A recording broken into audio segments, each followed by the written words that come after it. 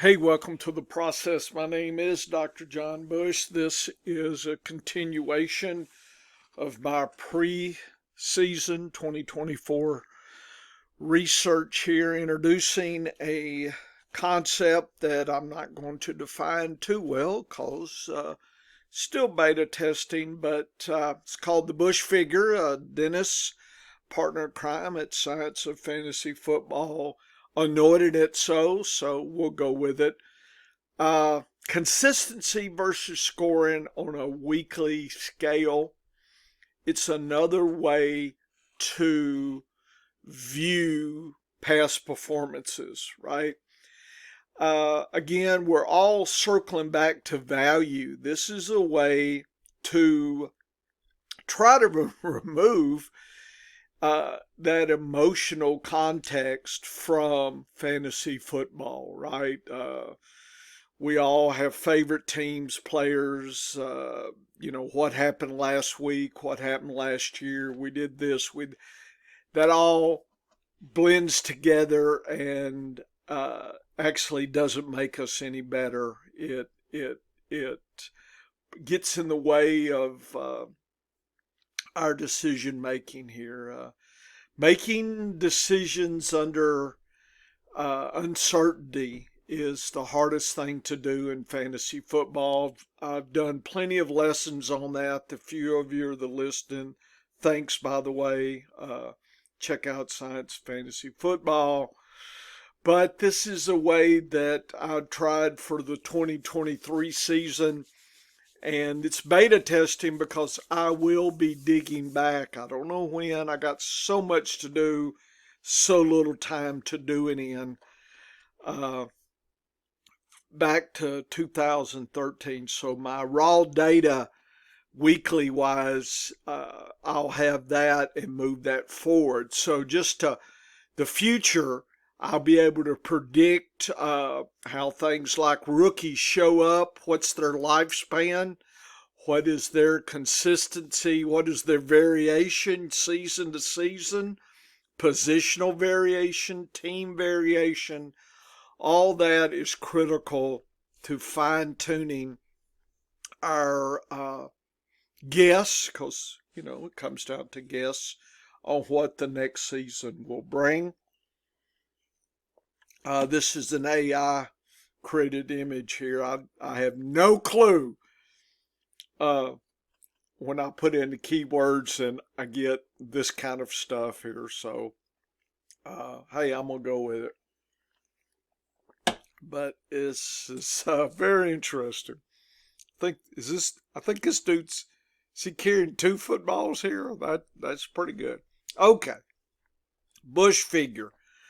It was my way to merge weekly consistency and PPR scoring within the league, within the team, the position.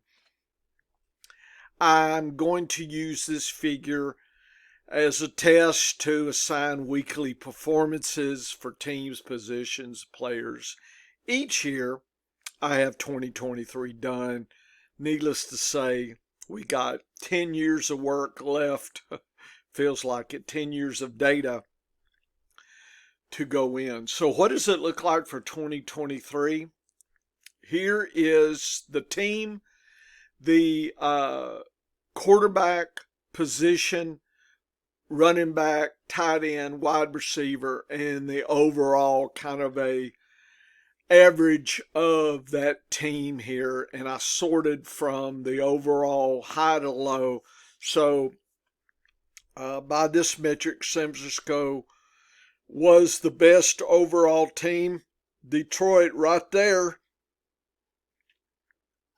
Jacksonville, Dallas, Kansas City won the Super Bowl right there. Tampa Bay, Rams, Arizona probably surprises people. Baltimore. Okay. Those are the tops. The bottoms are in red there. Washington, Indy, New England, Green Bay, Denver, Seattle, Raiders, Pittsburgh, Carolina at the bottom. And then we had the mid teams here. So, assigning these performances for last year, it puts the context on the players that we're going to judge this year, right? So we are probably going to over and under judge players, right? Current ADP is a summation of the public's view of that. So we have to beat the public, right? As Dennis partner says, beat the consensus, and you got a shot at winning your league here, right? At least get to the playoffs. That's about the best we can do, and just hope a little luck carries us to the championship and put that check in our pocket. And yes, I only play for money here. I don't. I play for money. Okay, it's to me that's you either playing serious or you're not. So that's just how I do things. So if you look at the box and whisker, the distribution of these figures, the bush fig for the quarterback in pink, RB, tight end, wide receiver. What we can say, and by the way, this figure is not the raw figure. This is actually a scaled, transformed figure to try to make the distribution as equal as possible. I did that for the positions, but there's still, the quarterback is just something different. Okay, and again, the box represents the 50% here. The top 25% is the whisker above, the bottom is whisker below, and this is the main area here. And we're getting, I always forget, is the line the median or the X? I forgot. I think probably the X is the median, but it might be the other way around. Anyway, to me, it just gives me an idea of things. Tight end is the most variable here, folks, and that is going to drive your drafting for 2024, right? You're going to see that there's a few elites, and then it really gets chaotic quickly. And that's a lot of our late round decision is you're, in a minefield and you're trying to figure out, well, I'm going to blow up, but let me take the least blowing up pick as possible here, where there is a chance that maybe I don't blow up here. So it gets lean pretty quick in the certainty versus the uncertainty in our drafting here. And if you look at my ADP and end of the season lesson plans, you'll see all that context as well. So again, when I'm in your league and drafting, I've already done the research on the historical of what ADP means versus end of the season. I've already got that in my head, the trends, the tendencies, kind of what is the reference class of each position and what's going on. So that's a context that I have, and that, I think, puts money in my pocket, no offense. And I understand very few will put the effort into that, and it's, what can I say? Hours a day, okay, per week, per month, per year. Okay, it's 24/7 yearly for me. So, do you want to go down this route? Very few do. I understand. But you can at least sample and see what I'm doing. This is my process. And so a lot of these folks you see Twitter and hear, you wonder, what's their process? Really?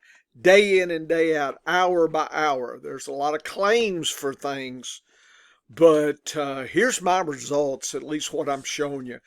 Yeah, if you're thinking, well, do you have a lot of research you're not showing? Oh, yeah, I got a lot of off-the-book stuff that Dennis and I will use for maybe betting. Who knows what we'll be doing with that?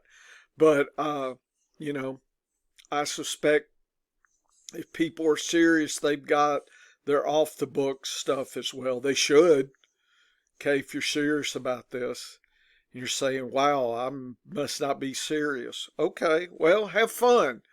But if you want to see what I'm doing, this is the level that I'm at. So, my takeaway, quarterbacks are kind of funky and tend to go to the upside. Tight ends tend to go really to the downside here. And I think you probably may have a better shot at getting an okay quarterback versus an okay tight end just by the distribution here. Running backs, a little bit of that downside. Wide receivers, I think historically that's been shown, tend to be the most conservative position. You're not going to take as bad a hit if you choose wrong versus some of the other positions. Going further down, you can see here's the tops, and the green represent the top 30% of the league. The white is the mid 40, and the red is the bottom 30%. So if you consider red a failure and green a success, a lot of success in this slice here in the top teams that had the top overall figures, which, of course, the metrics would point you to that direction. One might say San Francisco was twice the team of Baltimore. That could be one way, right? Twice the team of Arizona, the Rams. Detroit was almost there, right? You figure if they could shake that home field issue that they have, and you can see a previous work done to reference that here. Don't have time to tell you everything that's on the table here, but there's a lot of bias in what Detroit has done. A little bit better last year than the preceding year in 2022, 2021, I guess, home field. Let's see what else. So Tampa Bay and the Rams, they had overall really good scores, but they had some serious issues with tight end, and they're going to have to correct that. Arizona was just in the dumps for wide receiver, and look who they got in the draft, Harrison. So that probably tells you, hey, people's paychecks are on the line. They knew where the issue was. But we as fantasy players, we also have some insight into the weaknesses of a team, at least on the offensive side here. And that was what the weaknesses were. The mid-pack teams are here. Philly, Jalen Hurts got a 100, really great score. Okay, great wide receivers, but boy, no running back, sad tight ends. That is, if you think about it, Philadelphia, Buffalo, the same type of situation. Look at that. They're just being held back by that situation. New Orleans needs a quarterback. They've got wide receivers. Kamara's pretty good running back. Sucky tight end. Cleveland, great tight end. What else do they have? Houston, pretty good quarterback. Everybody's going to be drafting Stroud. Schultz, compared to all the other tight end, 50%, not bad. Not bad.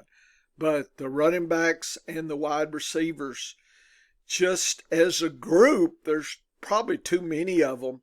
So for fantasy, be aware they're cutting each other's throat down there. Minnesota, running back, really held them back. Tight end, not bad, not bad. Miami, all about the wide receiver.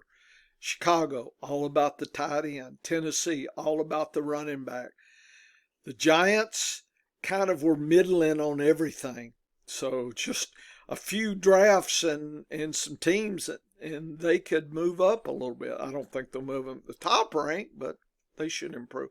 Atlanta, it's all about Bijan. So they better hope that they get something else going, because, Pitts is dying down there if you're tight end hero here. Jets, Brees Hall, keep them in float. Eckler did as good as he could do, but not, his best year here. Cincinnati, Mixon, people think he's not washed up yet. But notice the story here, with the exception of a few teams, most of them just are a run-trick pony. They have one stellar, a lot of failures. A lot of these teams have 2 or more failures, okay? And then finally, the bottom, a lot of mediocre with a few successes. Green Bay sticks out to me as could move up. Jordan Love and the wide receivers, I think, and Seattle also, if they can put that together. They actually had 2 positives there. So again, you could just kind of go through, think about the rookie draft, think about what this is showing, and I think it exposes, teams. We are who they thought they are. Well, in some ways, these metrics show you that in a thumbnail what they are. So it's a way to judge teams, what's going on. You can check that out. If we look at the distribution in the green, the mid, and the bottom in red, things that I see, and I got an average and the variation there. What sticks to me is how sad the bottom are. They got pretty good quarterbacks, some of those teams. They have nothing else, okay, if you check that out. With the mid-pack, they're all there's a sameness, but it's kind of below that line that they need to be at. It's like a lot of the same, and that's just not doing it. Whereas the top teams, they are doing a lot of goodness here overall. And this is probably not a surprise. What might be a surprise is the quarterback is so forgiving, even at the bottom teams. A lot of those have some fairly good quarterbacks down there. It's just there's nothing else to work with here. It really gets sad quick. There's this idea that I will pick up, the best of the worst teams. Folks, if that was the case, these numbers and distributions would be much closer to the pink line, to the 60. So, you get the best of the worst still is from a worse team. So it's got to be more than that, right? It's got to be more than that. So in some ways, you could kind of set your draft plans to think about the collection of players and the groups coming together, and what that means for your drafts here. And a lot of times people are going to misjudge a lot of the bottom teams, and a lot of the top teams are going to overcompensate and over give credit. So I don't know if the best and the worst allow us maybe to really, maybe the mid is where we can pick up some bargains there, because that's what we're trying to do, is beat that consensus. Okay. Anyway, one way I looked at is look at the extremes, the high versus low teams. So what I did in this case, not the overall teams, but just look through the lens of the quarterback only. So the top quarterbacks, mid and low, versus the low quarterbacks here. And then I asked the question, where do the running backs, tight ends, and wide receivers fit for those teams that have a really good quarterback or a really suck quarterback? And I think that you see the distribution is really skewed in the tight ends. So I really think that we have some issue with tight ends. that is big difference. So you wonder, is having sucky tight ends, is that the reason for the low quarterback, or the low quarterback is the reason for the tight ends? You know, wide receivers, there is a distribution a lot alike, and I show it this way. If you look, the running backs, for the most part, there's kind of a sameness here. They're all kind of close together, whereas a little bit in the low quarterback, there tends to be a compensation. We're having some pretty good running backs. So you might see a one-trick pony. Think of Tennessee, right? Tennessee's a good example, right? They had Henry, and that's it.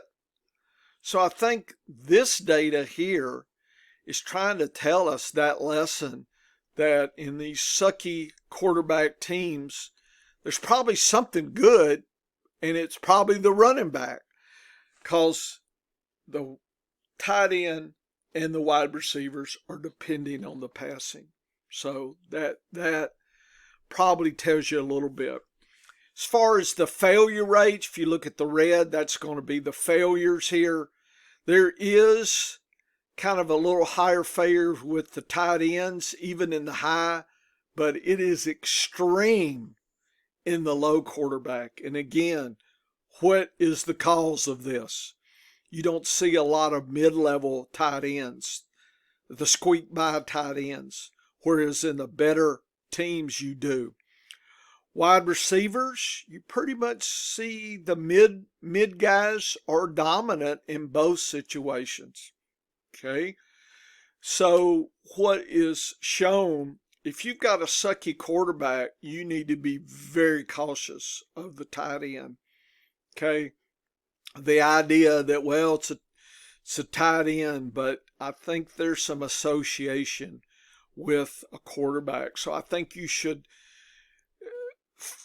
maybe tie break your second tight end, maybe whether the quarterback level. Maybe people do that, and maybe they just kind of intuitively do that, but I like to see numbers. And for me, I think I also take away, I'm not as worried in a low quarterback environment for a running back.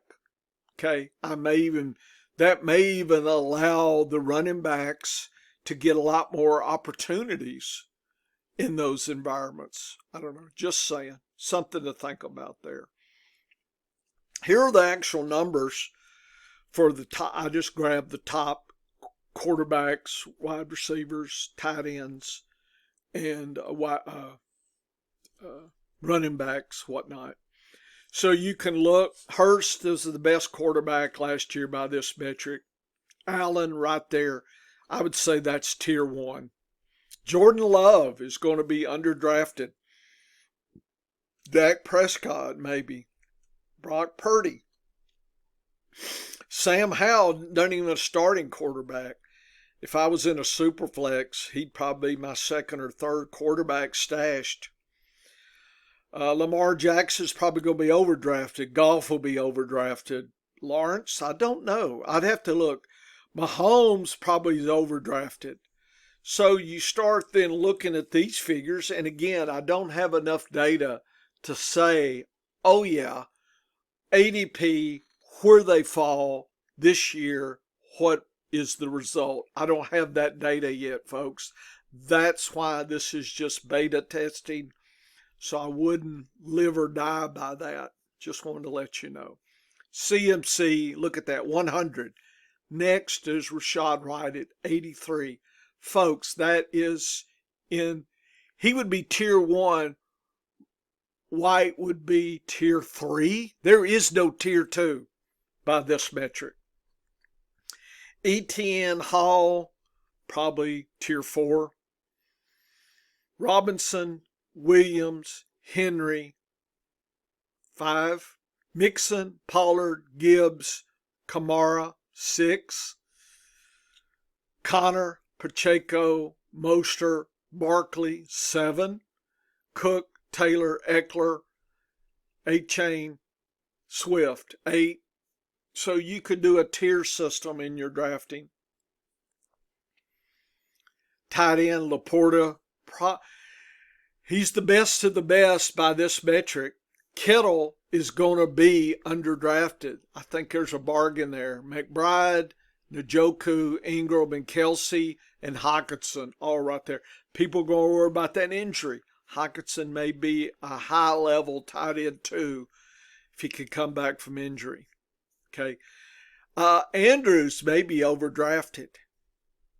Okay. So think about where your thing goes. I don't know the end of the season results for this, right?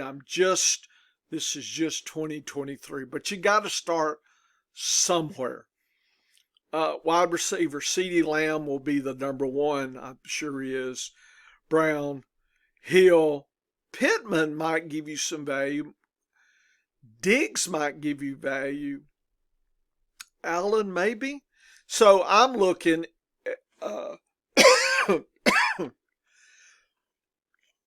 sorry. I'm looking to see where I can get value. And you might line up ADP to this, and I might do that, come back with another lesson. Maybe I should put the raw figures of this. Maybe I will. I hate to do that because I think that encourages you guys just you look at my figures and don't hear me talking. And, it's my data, done it, I've analyzed it, thought about it. And for you to kind of do a thumbnail and look at this, I think Twitter and whatnot gets you guys in this churn of, something, they said something headline, let me click at it, okay, I understand, and then it's gone again.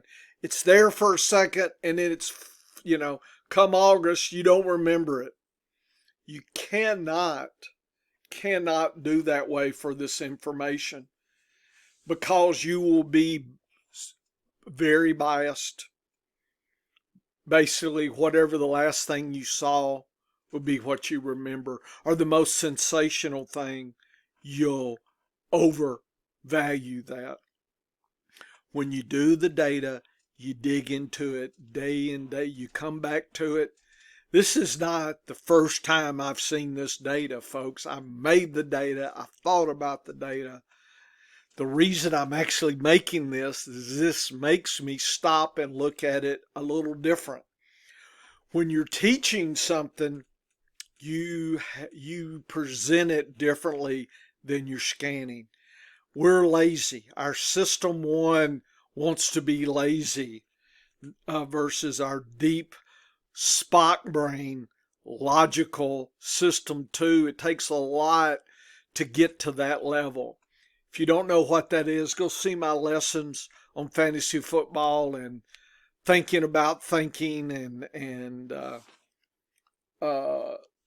lot of lessons that I did a few years ago on how we think about things. And Thinking Fast and Slow is a great book, folks. I just can't tell you that has made me think about how I proceed. I would definitely go check that book out, Thinking Fast and Slow. If you do nothing else, go take that book, learn it, become one with it. Okay, I know you guys will go get the Cliff Notes. I got it. That's fine. I'll take your money if you're in the league. And no, you won't know it's me because I definitely will not use my name because I don't need any attention. Okay, so this is team level. Shows you some stuff I'm doing. This is the wide receivers. The reason I grouped them, I was just curious. Are there teams that had some really good back-to-back wide receivers? You always hear about that. Cincinnati, Chase is going to be highly drafted. But look, Higgins and Boyd, at least Higgins, right there with him, almost back to back. Okay. And so I think this shows you the relationship of these guys. Look at Lamb versus Cooks. In a lot of teams, Brandon Cooks would have been the alpha. But with Lamb, he's twice Cooks. Brown versus Reynolds. So with Dallas, Lamb 100, 146. This is what, 107. If you just add it, you could see these guys versus this distribution. Green Bay, I think it's very interesting. It's kind of like the same. So Dobbs and Reed. So I think this will allow you to look at things a little different. At least I think so. Look at Pittman. Wow, 70. I mean, so good with a sucky team. Okay. Collins, Dell, Brown, a lot of sharing here. You wonder, can you survive that? Allen, 53, not bad, but could be better. Look at Puka versus Cup. Cup was injured, so this is probably a low number. So as Nakua goes down, does Cup go back up a little bit? So is Cup underdrafted as a wide receiver 2 on his team? Don't know. Could be. Devontae Adams, Myers had a better figure, consistency, whatnot. Some injuries, some are just the quarterback. Hill versus Waddle. Okay, I know they picked up Waddle's 5th year. I saw that. Okay. So I think going through this lets you kind of look in a way that the headlines don't trick you. Jefferson, really going to be drafted well, but look at Addison, almost there with him. Olave versus Shaheed. Okay, double that. So if Olave is wide receiver 15, Shaheed, is he at 30 or lower? That's another way to kind of judge this.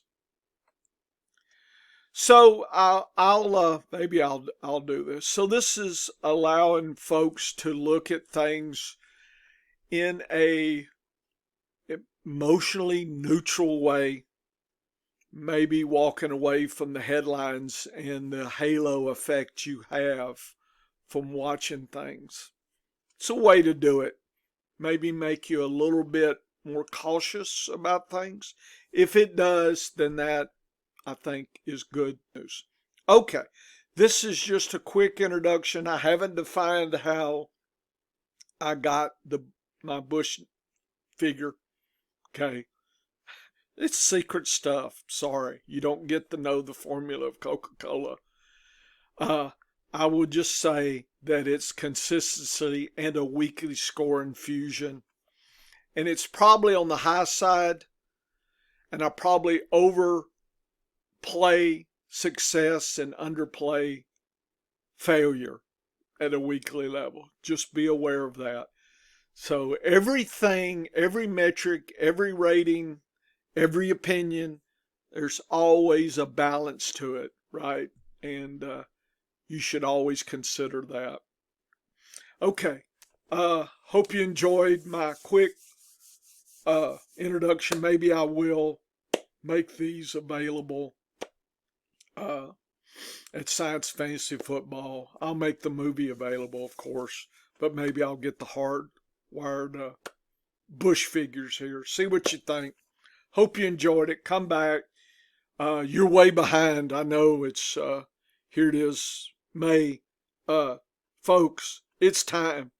You need to put some serious hours per week in if you want to crush your opponent. And again, I'm playing about 40 to 50 leagues a year. Okay. So I'm that's the level I'm playing at. So I'm probably, churning through a lot of leagues. But this is the kind of prep you have to do to be there. If you're just doing 1 or 2 leagues, then I'm overkill. Hope I help you win anyway. Good luck.